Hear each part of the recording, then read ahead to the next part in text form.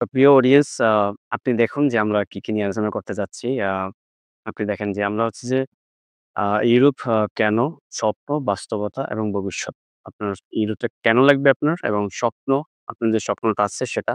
এবং হচ্ছে যে এটার ভবিষ্যৎটা। আপনার এই স্বপ্নটা যে আপনি নার্সিং করবেন এবং ওটাকে ফিল আপ করবেন, তারপরের ভবিষ্যৎটা কি? এরপরে আমরা আলোচনা করব হচ্ছে যে ইউরোপের চেনা দেশ, সুযোগ এবং কাঠামো এই বিষয়গুলো নিয়ে একটা কম্প্রিহেন্সিভ ধারণা দেওয়ার চেষ্টা করব। ভিসার রুট, ভিসার ইউরোপের জন্য অনেকগুলি ভিসা, অনেক ধরনের রুট রয়েছে। কিন্তু আমরা যেটা জানি শুধু সবাই মেক্সিমাম জানে যে, এই যে একজন এজেন্টের কাছে ফাইল দেওয়া বা একটা এজেন্সির কাছে ফাইল দেওয়া এবং হচ্ছে কি প্রসেসিং করা, আসলে একটু সময় অপেক্ষা করা এবং যাওয়া। এর বাইরে আর কি কিছু আছে কিনা? হ্যাঁ, আছে। আরো অনেক কিছুই আছে। ভিসা শুধু যেটা আপনারা চয়েস করতে মানে এটা জানেন, এটা হচ্ছে ওয়ার্ক পারমিট শর্ট। ওয়ার্ক পারমিটের বাইরে আরো অনেক কিছু আছে। যার কারণে আমরা ভিসার রুট এবং প্লাস হচ্ছে যে কি ভিসার ক্যাটেগরি এগুলো নিয়েও আলোচনা করব। যেন আপনার ইউরোপের ভিসা সম্পর্কে একটি কম্প্রিহেন্সিভ ধারণা তৈরি হয় এবং হচ্ছে যে এই আপনার নিকট শুধু কি ওয়ার্ক পারমিটই রাস্তা নাকি এর বিকল্প রয়েছে? শুধু ওয়ার্ক পারমিটই কি সবচেয়ে ভালো রাস্তা নাকি এর বিকল্প রয়েছে? অল্টারনেটিভ কোনো কিছু আছে? এই জিনিসগুলি এই ধারণাগুলি আপনার নিকট পরিষ্কার হবে। আচ্ছা, এরপরে আমরা যে আলোচনা করব যে ইউরোপের পড়াশোনা বিষয়ক কিছু আলোচনা থাকবে। অনেকেরই আগ্রহের মধ্যে আছে এটা।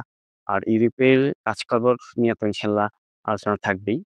আচ্ছা, ইউরোপে সেটেলমেন্ট হওয়া এবং হচ্ছে যে ইউরোপে পরিবার নিয়ে যাওয়া, যেটাকে হচ্ছে যে মাইগ্রেশন বলা হয়। অনেকের এই ধারণাটা পরিষ্কার না বিধায় অনেকে ১ম এই পরিকল্পনাটা সম্পন্ন করতে পারে না। তো আমরা এই ক্ষেত্রেও আপনাদেরকে মোটামুটি ভালো একটা ধারণা দেওয়ার চেষ্টা করব।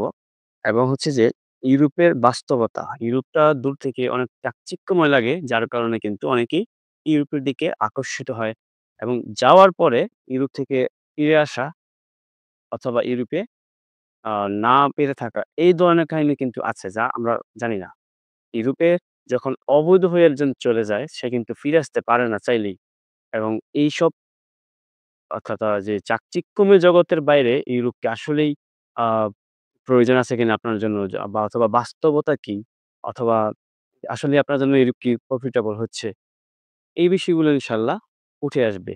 এছাড়া হচ্ছে যে ইউরোপের যাওয়ার আগে ইউরোপে যাওয়ার জন্য যেসব প্রতারণা, ফ্রড ইয়া হয় যে আপনারা কিভাবে অথেন্টিক হাতে ডকুমেন্ট সাবমিশন করবেন এবং কিভাবে হচ্ছে যে সঠিকভাবে প্রসেসিং করে ইউরোপের এই কাজটা সম্পন্ন করবেন, এসব বিষয়ও আমরা আলোচনাতে তুলে নিয়ে আসবো।